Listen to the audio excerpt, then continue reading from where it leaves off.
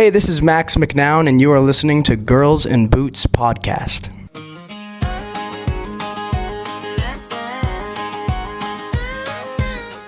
We brought something. Perfect. So you can take that as a Yeah, mic. I love it. So Girls in boots. yes, You're both wearing boots. Okay, good. of course. Accurate, not false advertising.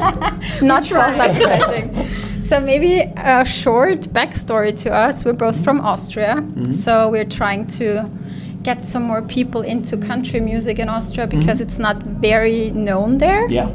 So It's we're growing fast. It's growing fast all over the world. It is, which is good. Like Yeah. I've been listening to country music so long, and now it's finally getting somewhere in Europe too, which Yeah. is so cool.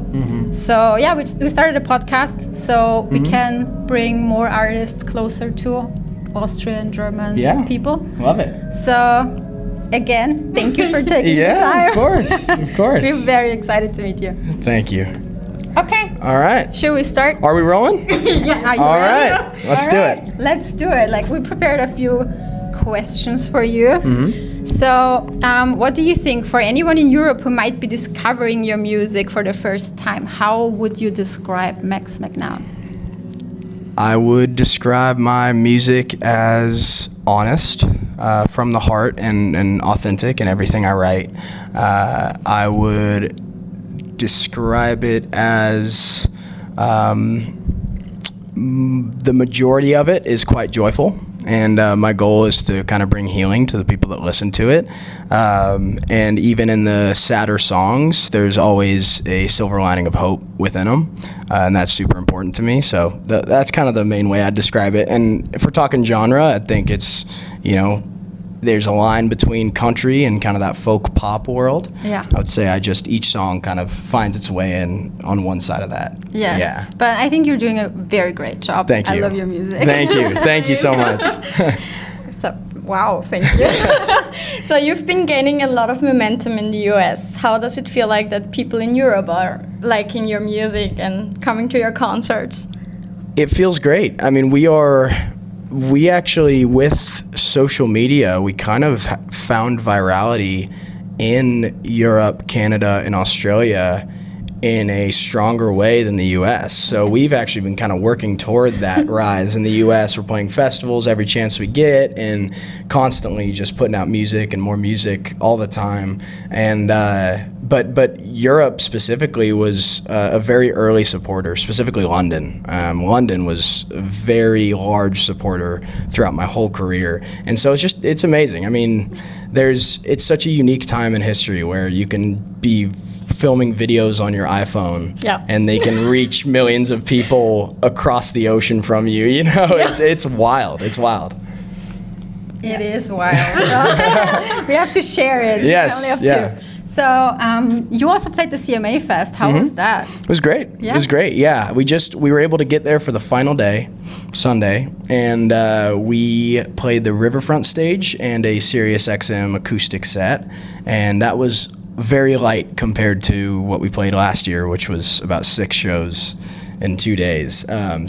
CMA Fest is always hectic, but it's also it's a spectacle just to see how many music fans come out and fill the streets of Nashville for several days straight. It's pretty unbelievable to see, and it's always an honor to be a part of it. But it's so much fun too. It is. It's chaotic, and the chaos kind of frees you. It allows you to just throw it all out there and just have a good time, because things aren't going to be exactly perfect on the artist side. There's always going to be, like a mix that's a little weird on stage, but you just push through it and you just have a good time. And that's what CMA Fest is all about. Enjoy life. Exactly. Yeah. At the fullest. Yes, exactly. Is there anything you are especially surprised about the European crowd compared to the crowd in the US? Depends where in Europe. Yeah.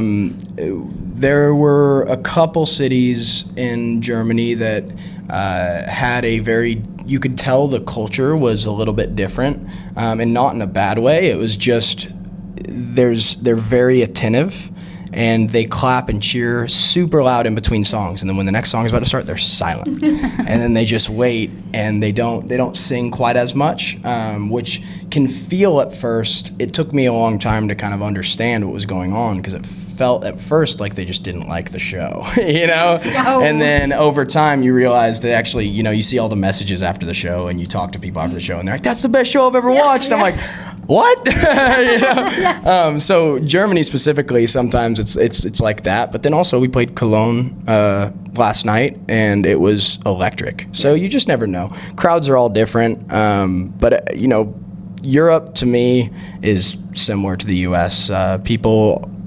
Music is universal, and music brings people together. And so no matter where you are, the crowd has a lot of similarities. That's the beauty of it, Yeah. I think.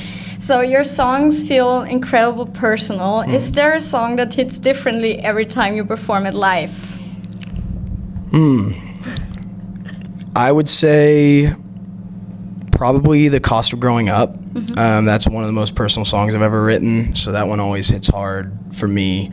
And then there's a song called Hindsight and Photographs that we're actually not playing on this tour right now, but we played it on our last tour, from the Night Diving Cost of Growing Up album. And in the instrumental section of Hindsight and Photographs, my grandfather's voice comes over and basically gives a little speech in that moment. And he's one of my greatest role models of my entire lifetime. And so to have his words that I've had the privilege of hearing my whole life be echoed over a crowd, I almost cry every time I do that one. So those would be the two. And then I would say on this tour, definitely World Change Me is another one. I love World Change Me. We're excited for it. Yeah.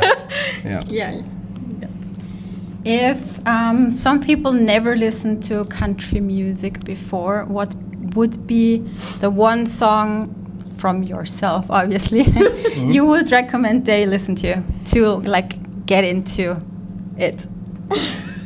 That's tough. Probably Better Me For You, Brown Eyes. Yeah. I mean, Yeah. I think that's a good representation of my music. I think Better Me For You.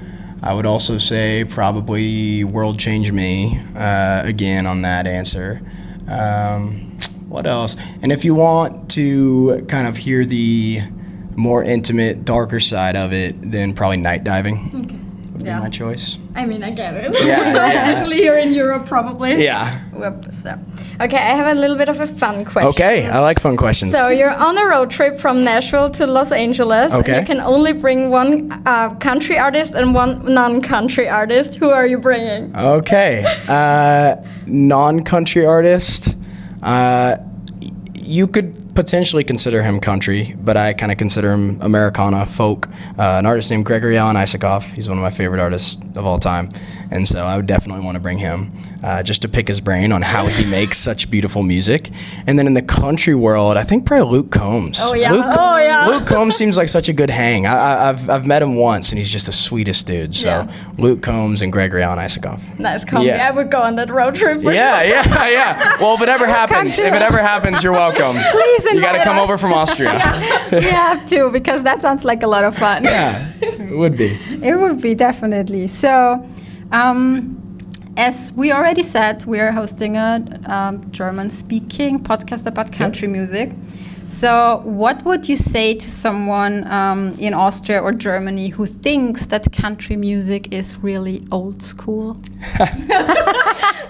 I think music is constantly changing, and especially with the rise of social media and the ability to have artists who have no label, no management, to have them be able to put out music and have it reach an audience is something that we've pretty much never dealt with before in all of human history. And so I think that the country they're referring to is what a lot of maybe the major labels perpetuated for a long time, trying to keep hold of that traditional sound. And I think, I've benefited immensely from the blurred lines of the country music industry at this point. And so I would say they should listen to Hot Country on Spotify. Listen to Hot Country, and I guarantee you're going to hear 10 different songs that all sound completely different from one another, and I think that's beautiful. And I think they're gonna love it so much. They just need to. I know they have to try. They have to try. You heard him, guys. Yeah, you have to try. Country's not old-fashioned. Yeah. It's now.